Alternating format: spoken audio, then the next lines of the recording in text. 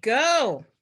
Welcome everybody to the 2021 Script Conference. Oh my goodness. This has been a year in the planning and through all of the COVID and vaccines and all of the craziness that's been going on in our world, but we are here and we are here to talk about leadership and the community today. And I am just so excited that we have so many people joining us today. And this is going to be an amazing conference with the lineup. And if you ever want to get the schedule, you can go to thescriptconference.com and download the schedule. You forget what the login is. It's right there on the screen. Just type it in and you'll be able to come into the meeting. Or if someone you know wants to log in, all they have to do is type in the login and their email, and they'll be able to register right there and be able to come into Script this year. We are live streaming on Facebook, and we are recording this, and everything will be up in the Listen and Love University under Script. And Christina will be putting that in the chat for everybody so that they can see it. And you can always go there and look at all the other videos from last year and this year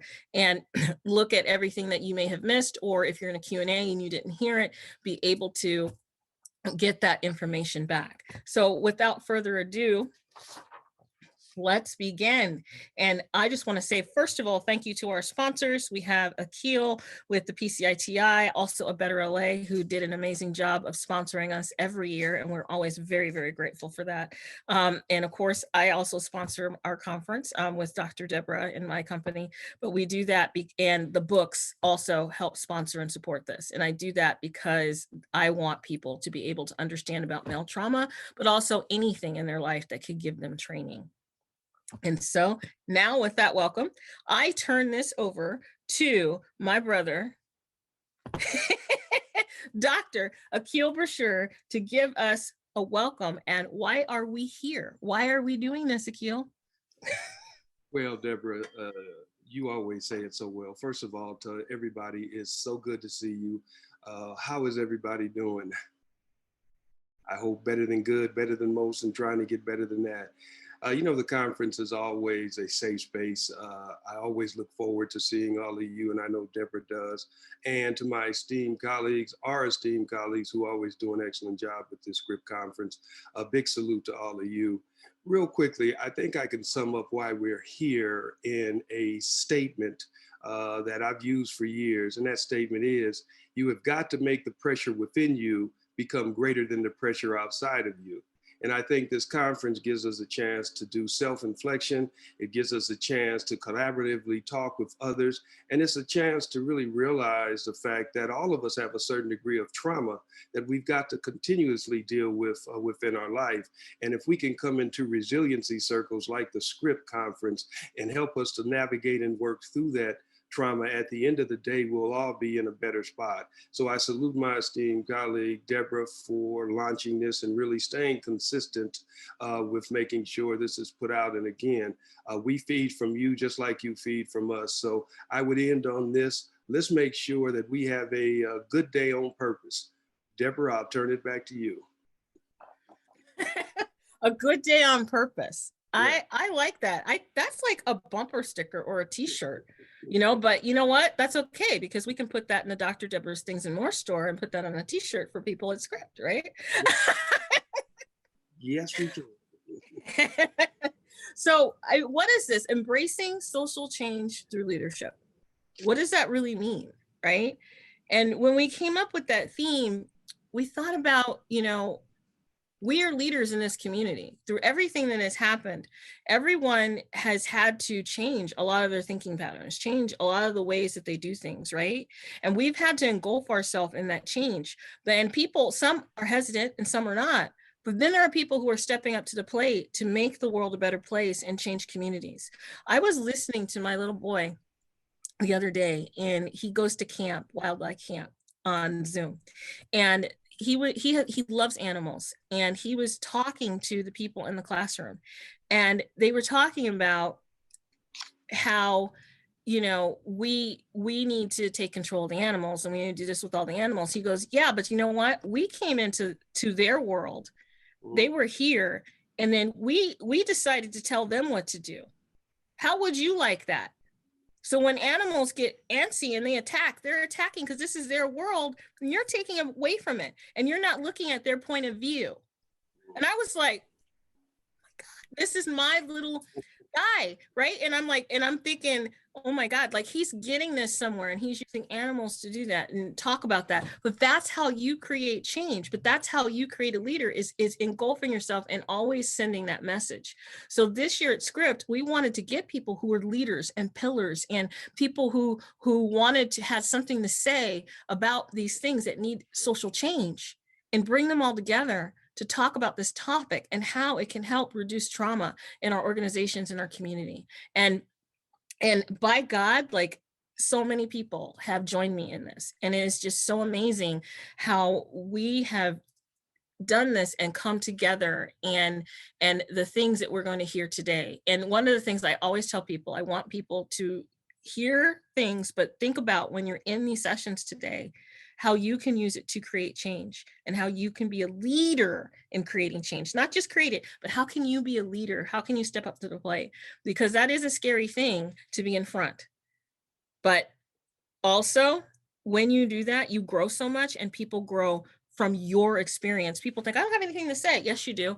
You have a life experience that I did not have. And I can learn from you as much as you can learn from me, right? And that is the most important thing. Also, on a side note, before I introduce our wonderful keynote speaker, we have a zero tolerance policy here for anything that would make someone uncomfortable or is rude or violent or in any way not going with what we're trying to accomplish here. And so you will be removed. First, you'll be muted, then you'll be removed. And then after that, you won't be allowed to come back into the conference or any future conferences. Okay, so I just want to make that clear. Also here at Script, we ask you to keep your mics closed until it's time to ask questions. And you'll know when that is. And also after every session, there is a Q&A where you will go to a breakout room.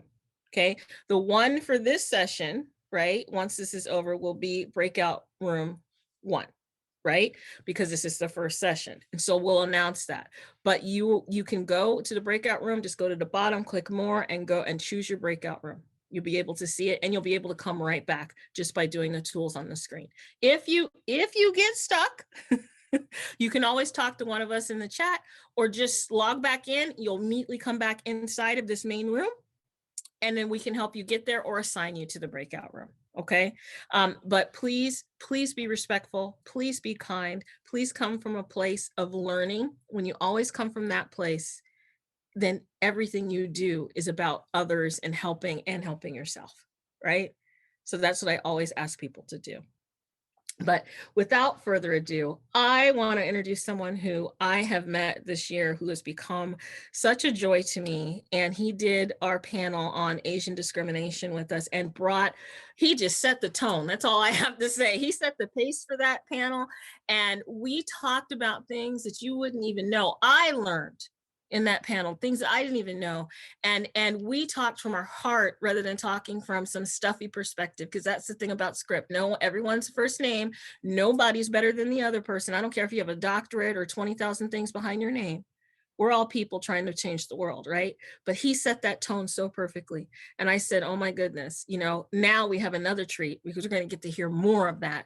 And I cannot imagine someone else leading this conference this year, talking about change and leadership in the community because of the heart that he brings here. So without further ado, I want to introduce Deputy Chief Blake Chow. Thank you, Debra. Good morning, everybody. Good morning, Ann. Just to start off, what's interesting because Debra had asked me to talk about leadership, and I was thinking, what can I talk about leadership? I mean, we all feel like we just kind of are who we are and we do our jobs, but then every single one of us on this conference, every single one of us that we work with brings something very, very unique to the table, and that's based upon our life experiences, and that's really, truly what leadership is. So really quickly, I promised Debra I wouldn't make this a stuffy talk on leadership because we can all read books about that stuff, but I kind of wanted to maybe talk about what my view of leadership is and how we can all really change the environment that we're in and make it better for people. Because really, the mantra that I try to live by is, and the question I ask whenever I go somewhere is, did I make the place that I'm at better than when I got there? Because that's really the goal for all of us. And then I'll kind of talk about maybe some personal experiences that I've had on the LAPD, but also maybe more importantly, kind of how my family came here and maybe what led me to do what I do. So I've been with LAPD for 30 years. I came on in 1990, and I'm currently assigned to our Operations West Bureau.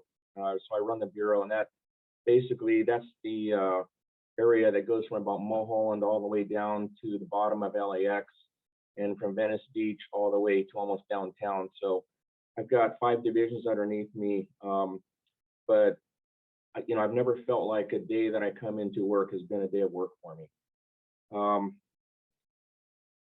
I don't have a PowerPoint, which is I don't like PowerPoints. So again, like I said, this is just kind of an informal talk where I'll make it personal. I'll be available obviously after to ask questions.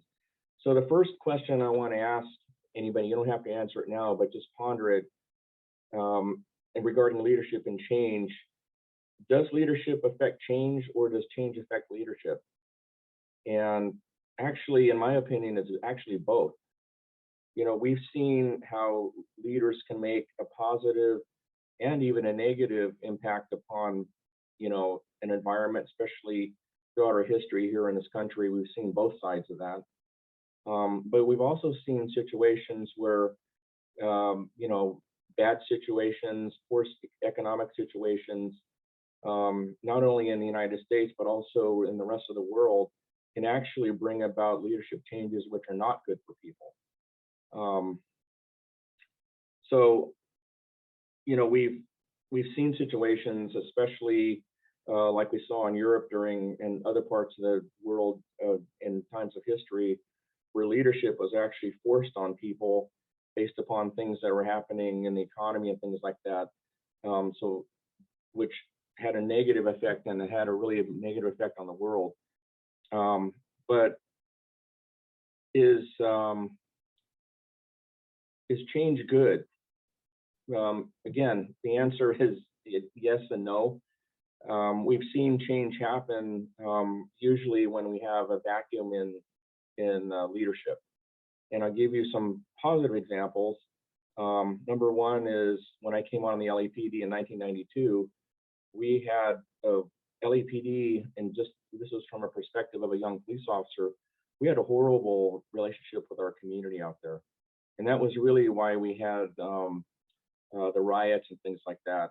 But if you all remember, we had Chief Willie Williams come in 1992 after that. That was a situation where a negative environment had brought about change in our leadership, which ended up being a very positive thing for us. And in 2003, same thing. We had an organization that I think had become detached from the community as far as understanding what the community needs from our perspective, or from the community's perspective regarding crime and community outreach and working with the community to help solve problems.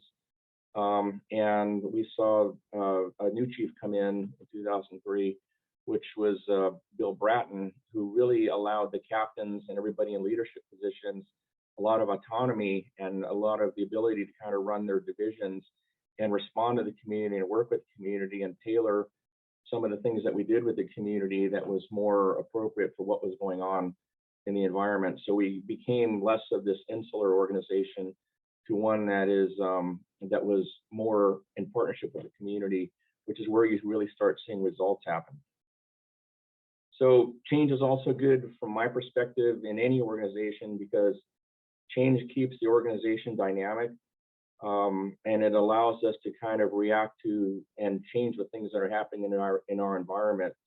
Because with very, very few exceptions, I believe that no organization actually operates in a silo.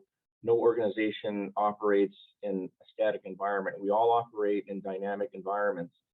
And the only way that our organizations are going to be reactive and really have the ability to change with the people that we work with, i.e. the community, is if we're dynamic enough in our leadership so that we can embrace that change and we can change with it. Even if it's something that we haven't done before, I think it's really important that we embrace the ability to look at things differently and change with the needs of our community.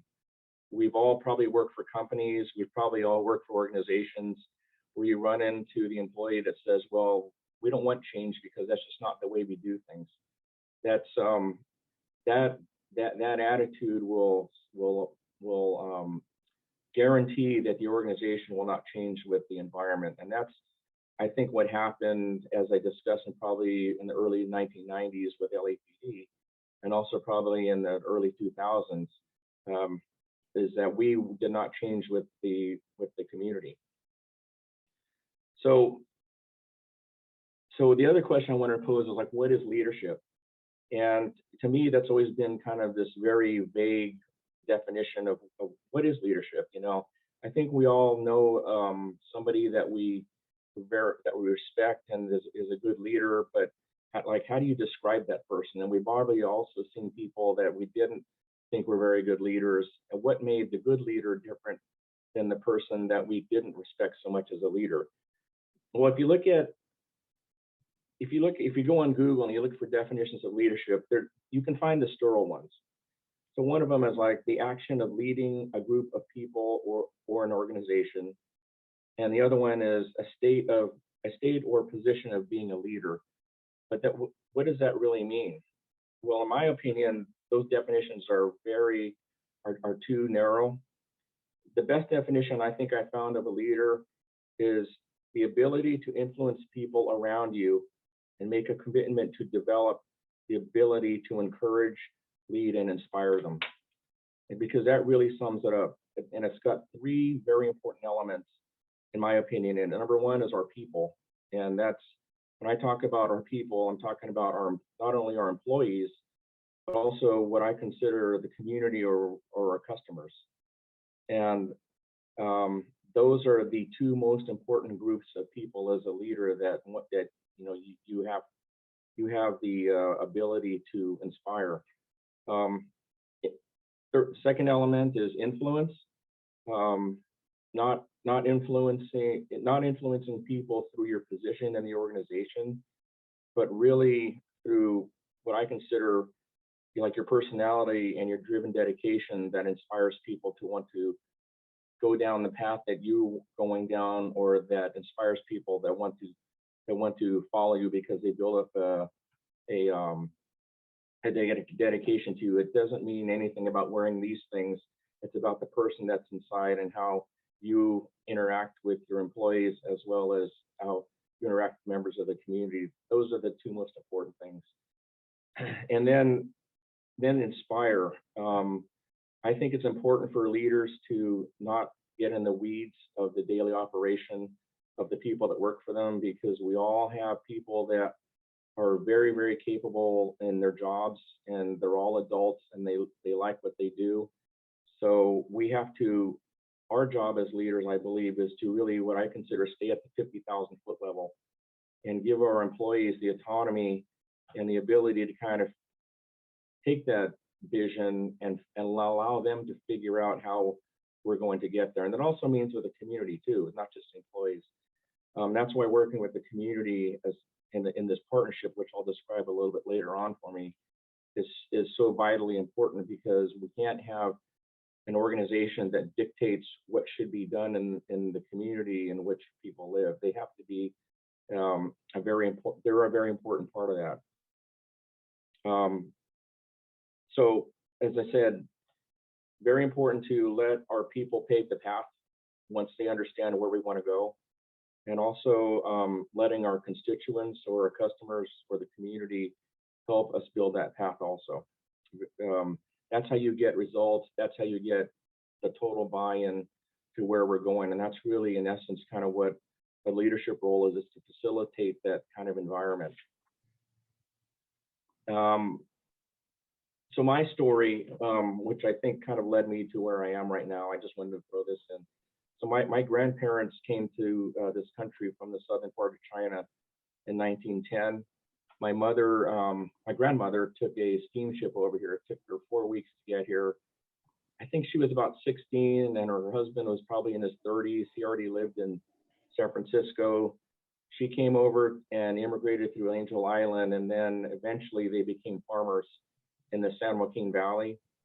They ended up having like 8 kids. My father grew up to be an engineer. My mother was a first grade teacher for 30 years. But my uncles and my father all served in every branch of the armed services during World War II and Korea. And then when they came home, they became optometrists and homemakers and people that my grandfather owned a restaurant. But I grew up in San Jose, California, and I ultimately went to Cal Poly San Luis Obispo, and I majored in business because my parents thought that this career would probably be too dangerous for me.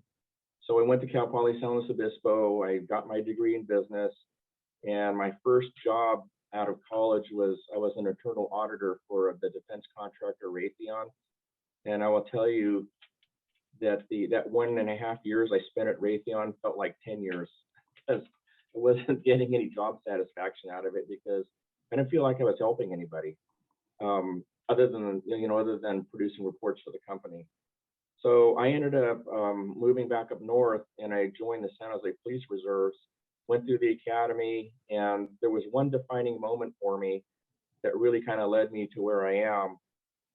That was, I remember my partner and I were working like a Christmas parade event, and this kid, probably about 8 years old, got lost.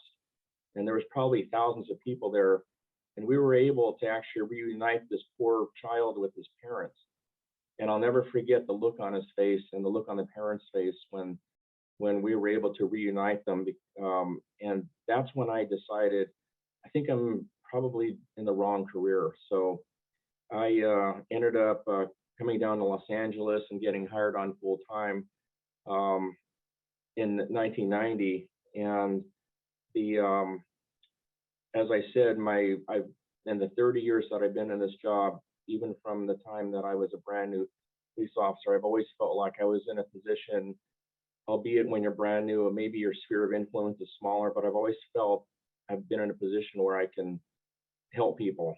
And now 30 years later, I'm in a position where I can, affect more people and make sure that, my employees are have the same mission, and make sure that our mission is kind of the same when we're dealing with the community. So that's how this business major kind of ended up in law enforcement. And I feel very, very blessed because there are not many people that I've ever talked to that can say that they walked into something where they feel like a day of work has been work, because I have never felt like that what I do is work for me. So, leadership, again, as I mentioned before, the leadership that I think we need to emulate is, and the mantra that we need to look at is, and the question we always need to ask is this place, did I make this place better than when I got here and now when I leave? That's the most important thing. And that goes with anything. It goes with our work environment, but more importantly, it really goes with how the communities that we have influence over, how much better were we as a group here together able to make that community than before we left. And I'll give you an example. So I was a captain in an area which we call, well, it's called Hollenbeck area, but it's over on the east side of Los Angeles. And there was a housing development out there called Ramona Gardens that was, the police didn't go in, the community had no contact with the police.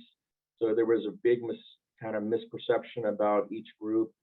But the fact of the matter is that it was so bad in there that gang members were sitting in front of the rec center and they wouldn't let the kids go in and play basketball and have meetings and stuff in the rec center.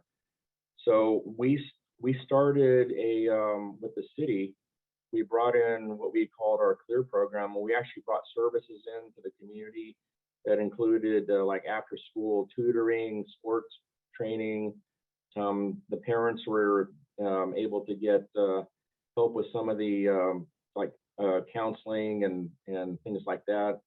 And we also made a commitment through our police officers by assigning the same police officers in Ramona Gardens that never changed. And they were tasked with not only making sure that the area was safe, but they were also tasked with working with the community to also help create an environment that was safe.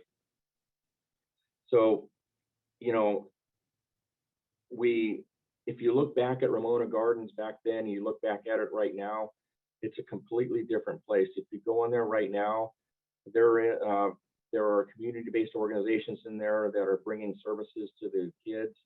Our city council offices, our mayor's offices go in.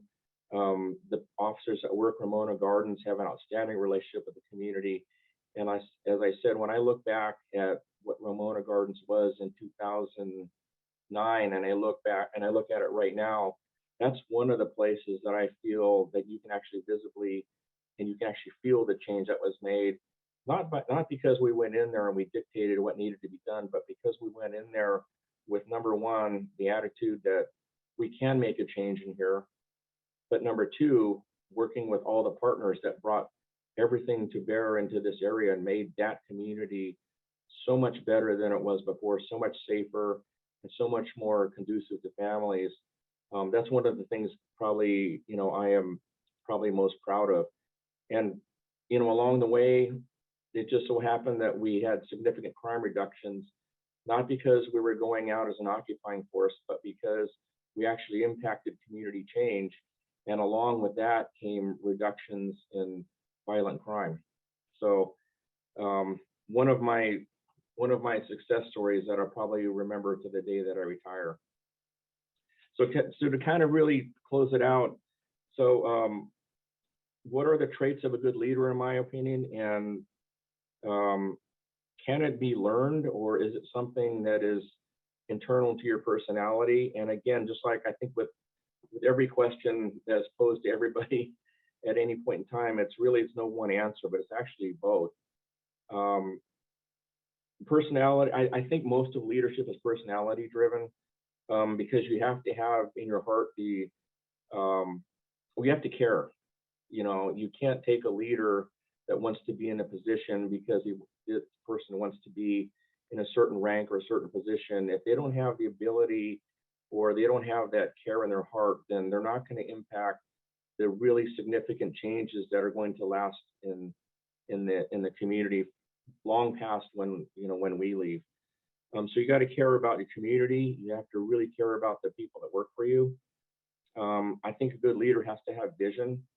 And what I mean by that is a good leader can't get caught up in the bureaucratic vision of, you know, what needs to be done on a daily basis. But a good leader's got to take a look at and work with the community and set a 50,000-foot vision or set goals and think outside the box, and don't let people tell you that what you're trying to achieve can't be done. Because I guarantee you, if you get your employees involved and you get the community involved, what you can accomplish in that community is virtually limitless.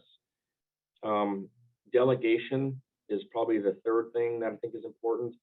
You have to trust your people. And, you know, we've all seen leaders that I think the ones that get involved in kind of the weeds of get involved in the daily minutia every day, that's a characteristic of somebody that doesn't trust the people that work for them. So again, you have to delegate and put the people in the right seats on the bus, because I guarantee you that they will find a way to make it happen. And then you've got to take a personal interest as a leader. You've got to take a personal interest in people's lives, not only the people that work for us, but again, the people that are in the community. You've got to take an interest in your employees' careers, because everybody from the newest person in the organization to the oldest has some sort of career aspirations. And I think our job as leaders is to help them achieve that. Because as I said, you know, even from a leadership perspective, it's not healthy for leaders to stay in organizations too long because it gets stopped up at the top. It's very important to develop your people, to allow them to take over positions of leadership and ultimately yours, so that your organization can keep changing and can keep growing. From a public safety perspective, you've got to take an interest in your neighborhoods. That's very important.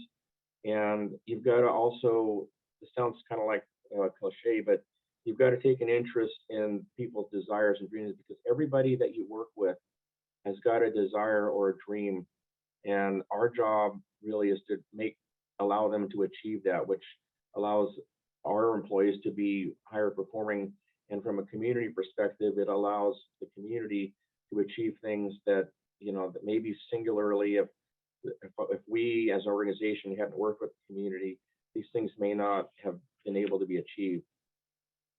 So I think, one of the litmus tests that I've always used is, I think you've reached a high level of effectiveness in leadership if your relationship with the community goes beyond the traditional official/constituent relationship, and you actually develop friendships in the community, because what happens is you care about them and they care about you. And then the commands I've been for 30 years, I still keep in contact with people that I came across with back when I was working for Captain Ann Young as a young police officer. I still keep in contact with people that I met when I was working in Hollenbeck, about the story that I talked about.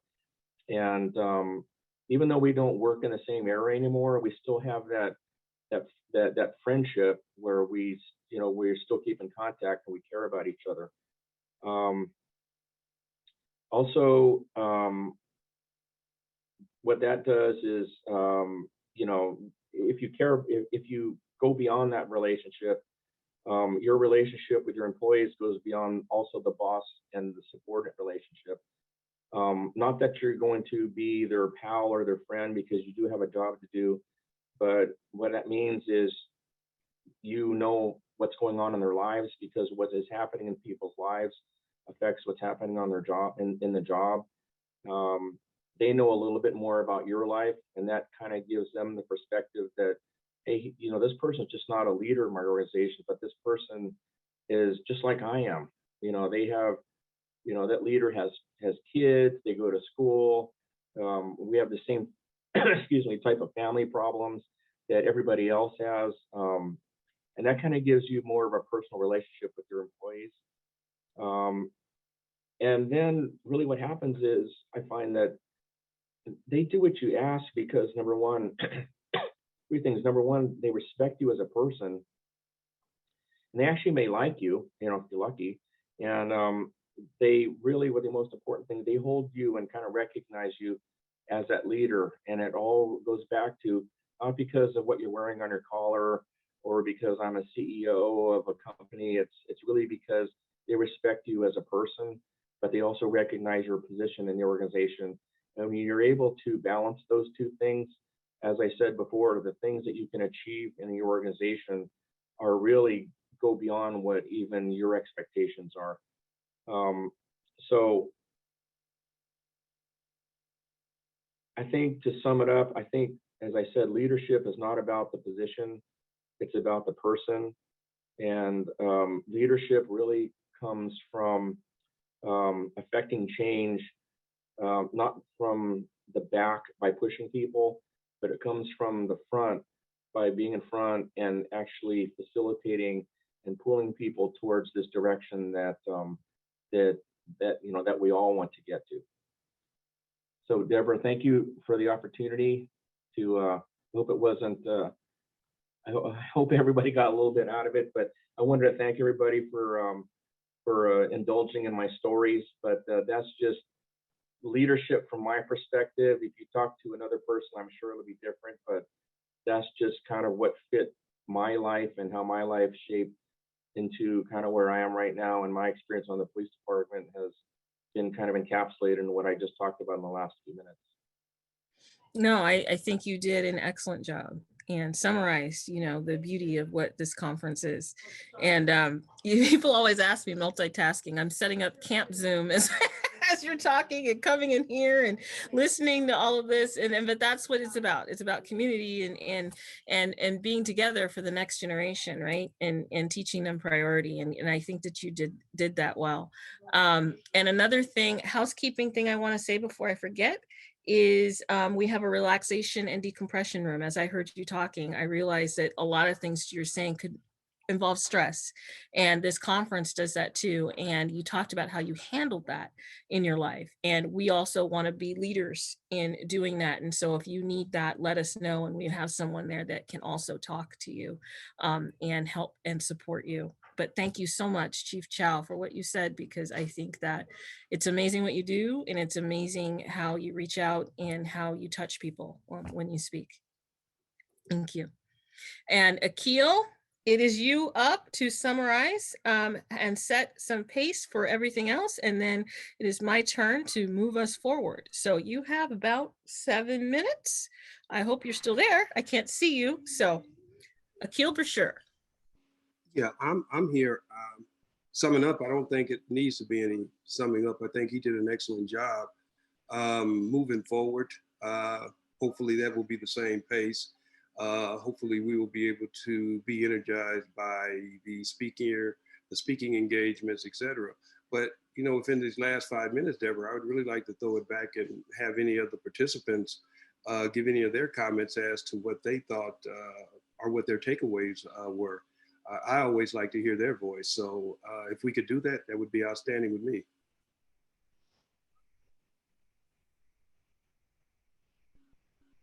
Or maybe even answer some of their questions that might be in the chat. Well, I had instructed them to hold those till the end, okay. But that's okay. But that's okay if they have them now, if you want to open that up. But I don't see any in here. But I also, one of the things I can do is also talk about how we're going to continue to work with Script and do other things throughout the year too, if no one has any questions so far, because we're going to be talking in the Q&A also with Chief Chow. Excellent. So I don't see any. So the other thing that I wanted to talk about in leading this charge, people have often asked me, like, I want to do more. I want to hear more. I want to learn more that you're teaching at Script. And, you know, I did some mini panels this year, but I said, you know what, there's got to be a way that we can continue this throughout. And so I developed the Listen and Love University. And what I did was got a lot of the faculty here, and Captain Young, and Aquil's going to be a part of that too, and to create classes that are going to be online for you to take throughout the year. And I did that so that we could continue to have a self-paced learning and continue to have this resiliency that we, you know, get back up and we learn and we grow as people, right? And that's the whole point of it, right? So you can go to the Listen and Love University. Christina's going to post that in the chat, but I also can show you a short video real quick on what that can be. So hold on one second.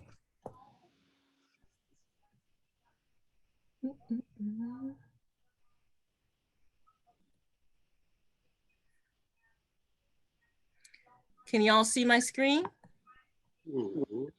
All right. Oops, where'd it go? Now you're at my email. Not supposed to be there. All right, here we go. Hi, I'm Dr. Debra, and this is the Listen and Love University, the LLU, where you can learn something new and learn about you. And it's taught by faculty who have been there, done that, and can bring all that knowledge to make the content come to life. So sit back, relax, and let's take this journey of learning together.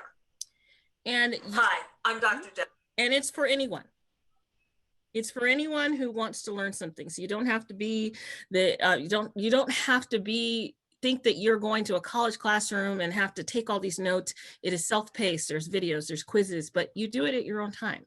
And if you don't want to do it that way, you can also take a tour with us where you have a live person instructor and also go to a different environment. And we have tours going in New York, Iceland, different places. And so we have that up for me to show you. And you can go to the website and start looking at these today.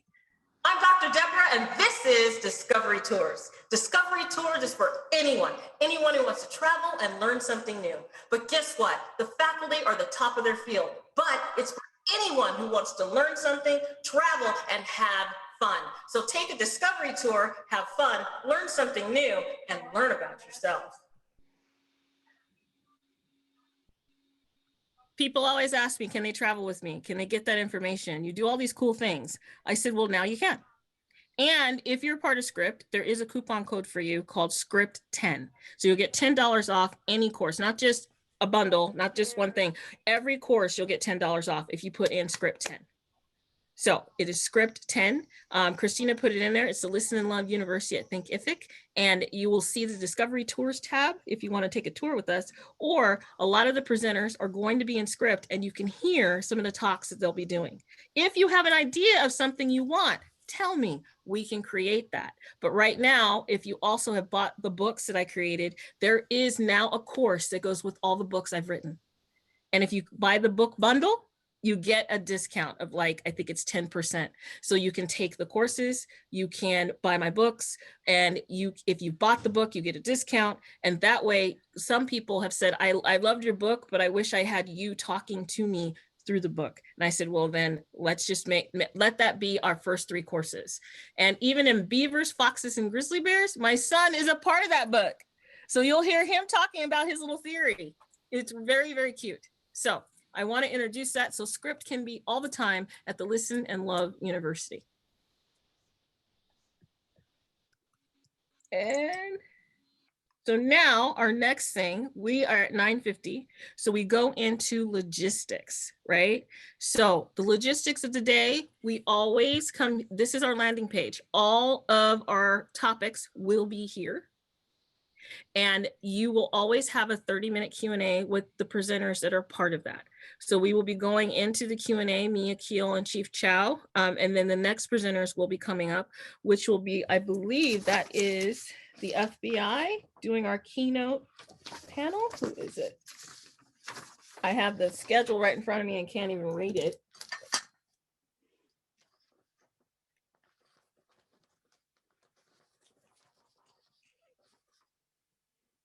Nope, it's Aquil. He won't be in there. Aquil will be in here. It's Aquil, Tommy, and Nico, my other brothers, coming in here to do a presentation on male empowerment and trauma reduction and the connection. So I will be in there with Chief Chow, and then you will be able to do that by opening up.